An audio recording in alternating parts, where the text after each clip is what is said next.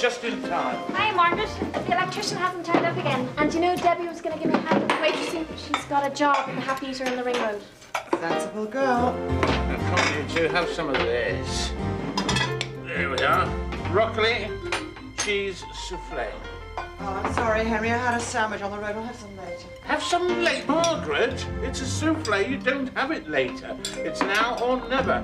You've got to seize the fleeting moment before it's gone, never to return. Henry, did you hear what Linda said about the new waitress?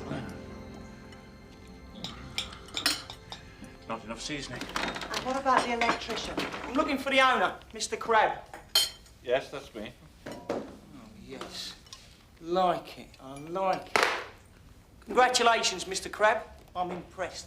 Jasper Snape, Cuisine Tech Limited, specialist in food restoration equipment. Specialist in what? Seeing is believing, Mr. Crabbe. May I firstly point out the baker's chum injects pressurised steam into croissants, rolls, baps and burger buns. The nozzle here is inserted into the food item, leaving an almost invisible incision. Once revived, the item can be presented to the customer with complete confidence. Am I to understand that you're trying to sell me a device that injects steam into stale rolls? What a marvellous idea.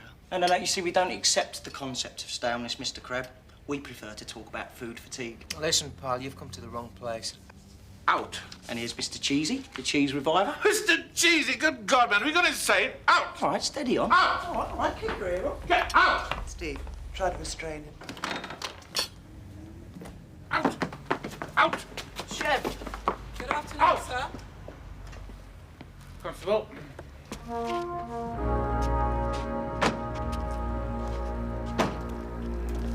Crabbe, word. I want you to meet Chief Superintendent Barry Simmons. This is Crabbe.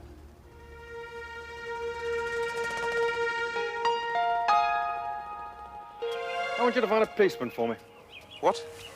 Chief Superintendent Simmons wants the regional crime squad based at Beddingley. DC there has gone missing. Barry? Thank you, sir. Detective Constable Kenneth Shipley. I've known him for years. In fact, we started out in the job together.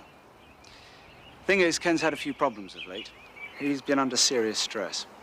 And I'm worried he's finally cracked. Now, the guy's a friend. I want to see if I can help him before he does himself some serious damage. What am I supposed to do? Find him, talk to him, tell him to report back on duty, and I'll do everything I can to sort things out for him. Mr. Fisher tells me you're good in delicate situations of this nature. Would you excuse me just one moment, sir?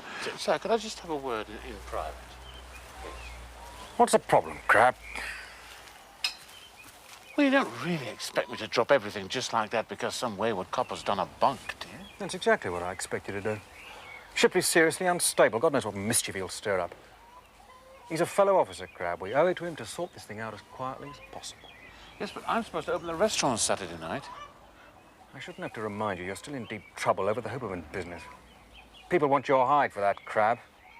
If I don't get your cooperation, I might let them have it.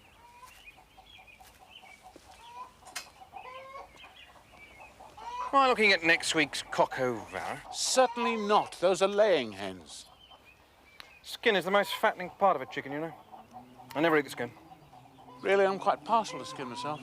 I know what's good for me, Crabbe. I hope you do. Cambridge will brief you when she picks you up tomorrow morning.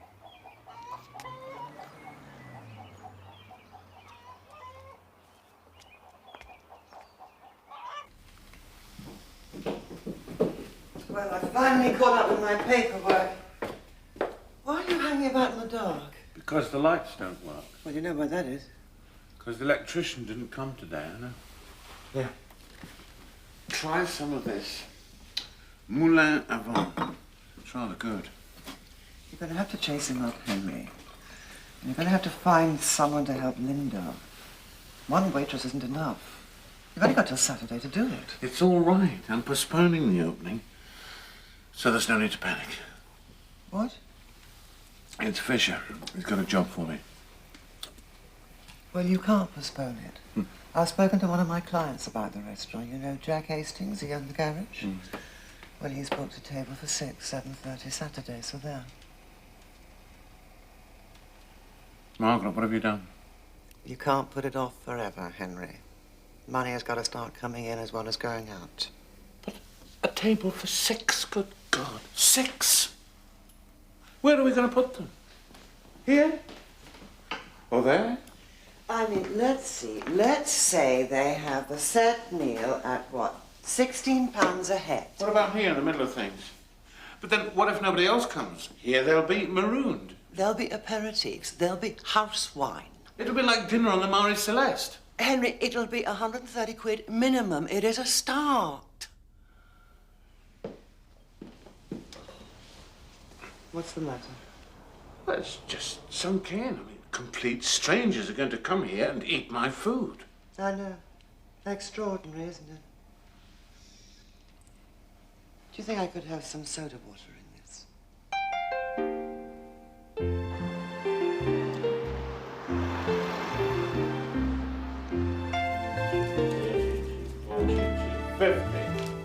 There. Now, don't forget, I want those fittings for the ceilings, right?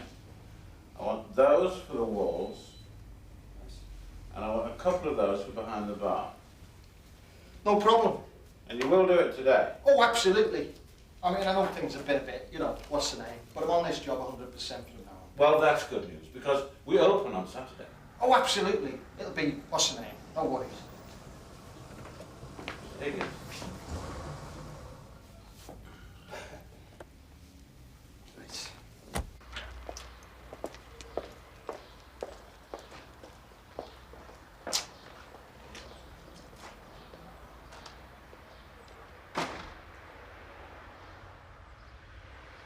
Seems that DC Shipley's fallen in with this documentary filmmaker called Giles Romney.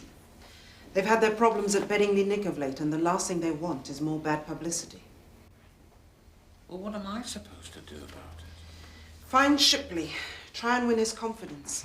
Find out what kind of tales he's been telling Romney and report back to Simmons. You know, this whole thing is a wild goose chase devised by a fisher with the sole purpose of sabotaging the restaurant's opening. Never underestimate the petty vindictiveness of those in power, Cambridge. At least you don't have to find Shipley. I think I've already done that. Marvelous.